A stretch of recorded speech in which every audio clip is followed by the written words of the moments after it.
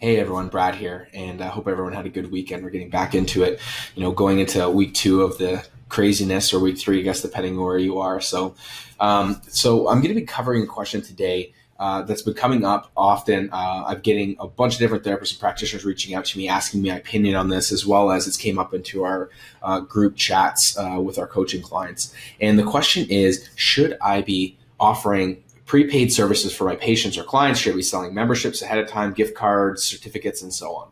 And the answer that I have for that question is it depends. Personally, I'm not a huge fan of it for a couple of reasons that I'm going to be sharing with you, but ultimately it really depends where your business is. So if your business is structured really well and you've got cash flow reserves, it's functioning pretty well, you're going to be less stressed out and you're going to be less having to focus on getting cash in. In that scenario, I would be looking at other strategies, some of the ones that we've shared with our clients in order to, keep moving during this time. That might be switching. We've had some people doing online based services and so on. But if you're in the position where you just started your practice, or maybe your practice is not right in the right position where you've got enough patients coming in and you don't have as much income and it's your sole source of income, you're definitely going to be a lot more stressed out and you need to get cash in. So your primary objective is less from switching maybe online, but maybe more to how can I get income in order to pay the bills and so on. So with that being said, there's a couple problems and main issues that I see with this. The first thing is you're really only delaying your financial position by taking money up front for the services. And these services are only going to need to be rendered later on and at that time when you're doing those services, depending on the volume you've sold, you're not going to be getting any income for those.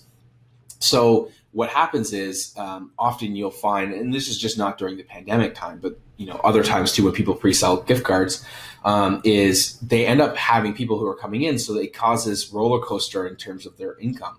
So if a bunch of people come back from vacation or they book all at once, and I've seen people have thousands out, like $4,000 or $5,000 plus outstanding in gift cards. If a bunch of those people come in, you've got a roller coaster of income. So you might be planning to go on a vacation, but for some reason you might lose an extra $1,000 or so per month because gift card people are coming in and using those services. So it's one thing to think you're really just delaying your financial based position. So it's not going to fix you long term. Yes, you'll get some cash up front, but it's only going to bite you later on potentially.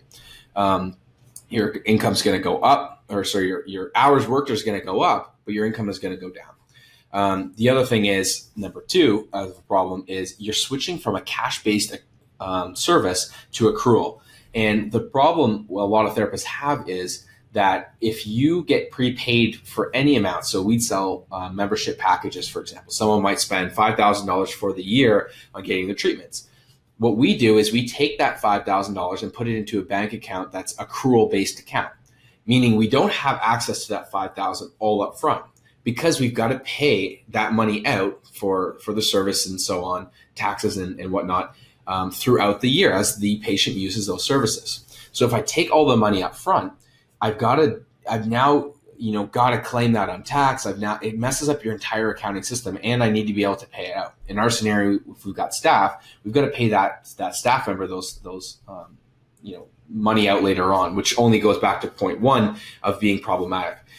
So really, if you're doing a cash-based system, which most therapists are probably going to do, if you start doing accrual, it's going to mess up your accounting, it's going to mess up your taxes and being able to keep track of it.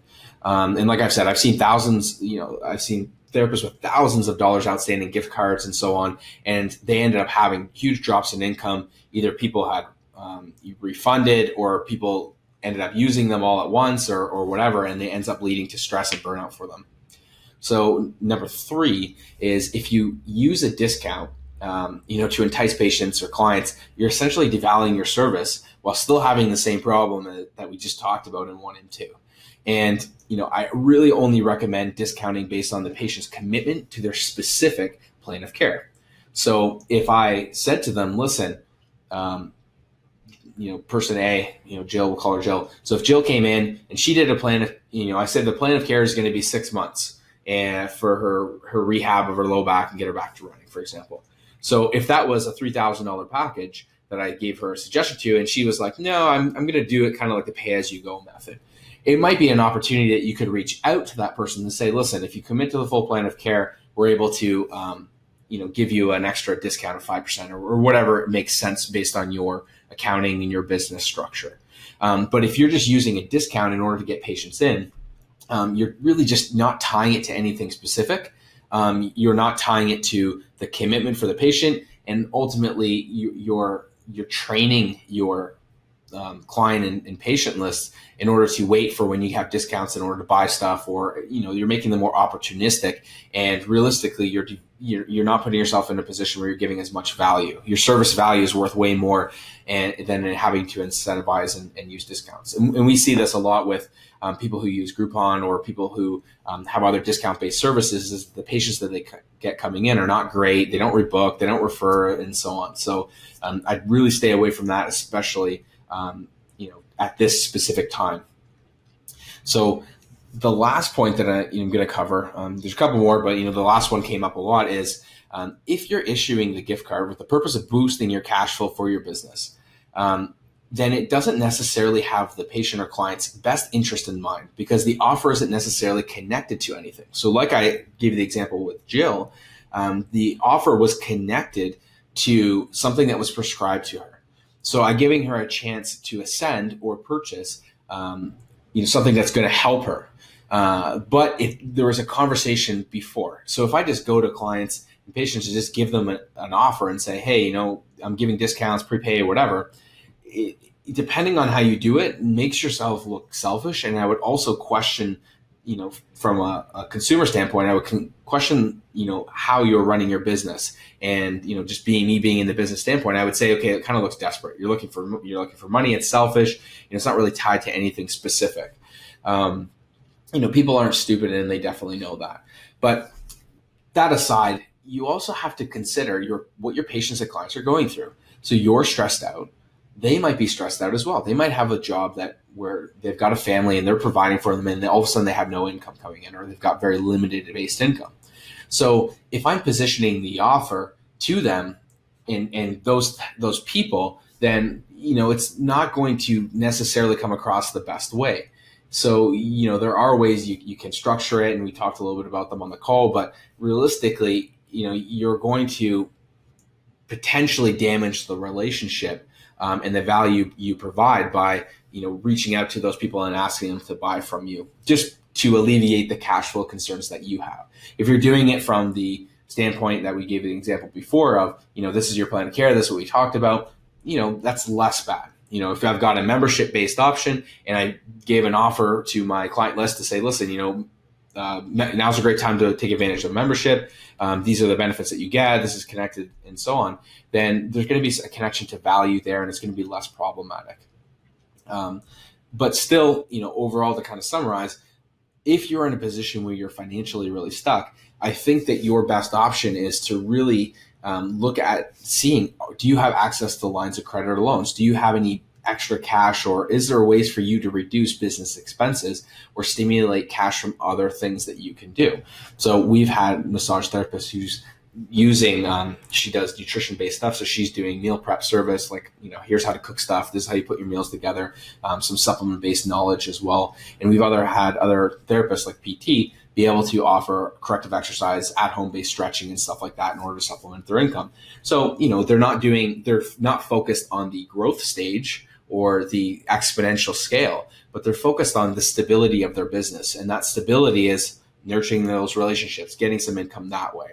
So I really would challenge you to say, is there a way for you to maximize what you do, or do you do something else that you can include with your services in order to get cash flow that way? And if you can't, look at using lines of credit, look at like reaching out to family members or friends or whatever you need to do. But I would really avoid having to discount all these services. And realistically, it kind of leads me to the last point here, is like, realistically, if someone doesn't have a reserve fund or access to lines of credit, they should really be using this time now to reconsider the structures, their system, their strategies, and their practice, like exactly how they're running their business. So that if something happens, where they're shut down for a week or two or a month, injury, they want to go on vacation, pandemic, whatever it is, they won't be out of business. Because at the end of the day, I would really ask you, if you've been struggling and struggling for a long period of time, as business owners, we shouldn't be living paycheck to paycheck, especially if we have families, if we've got staff. There's so many resources out there to be able to put yourself in a better financial position, both mentally, physically, and as a therapist and business owner. And, if you're been struggling for years, I would really start to reconsider on what does success look like for you, and what you can do to place steps or put some steps in place in order for you to get into a position where things are maybe not as good during this time, but you're not completely wiped out and destroyed. There's several therapists that I've talked to who are basically just giving up on the profession and saying, I'm going to get a job at Amazon delivering groceries. And at the end of the day, it's like, are you really happy doing that? Or can you invest some time and know that this is kind of a wake-up call to say, I need to start running a business. I need to start learning the skill sets in order for me to be able to get myself in a better position business-wise. So financially, I'm able to do the stuff I want to do, and I don't have to worry paycheck to paycheck and so on. So during our call, we have people in different positions from, 7-figure businesses where they've got big clinics with lots of staff to people who are just starting out. And the real big thing is thinking through that mindset. Where do I want to be? What objectives do I need to hit? And what do I need to learn in order for me to, take this not great position and put myself in a better position moving forward? So if you guys have any questions for me, or you want any guidance, just send me a message, and I'll have a chat with you and see if I can point you in the right direction. And hopefully you found this video helpful. If you have any questions, just like I said, send me a message or comment. Thanks.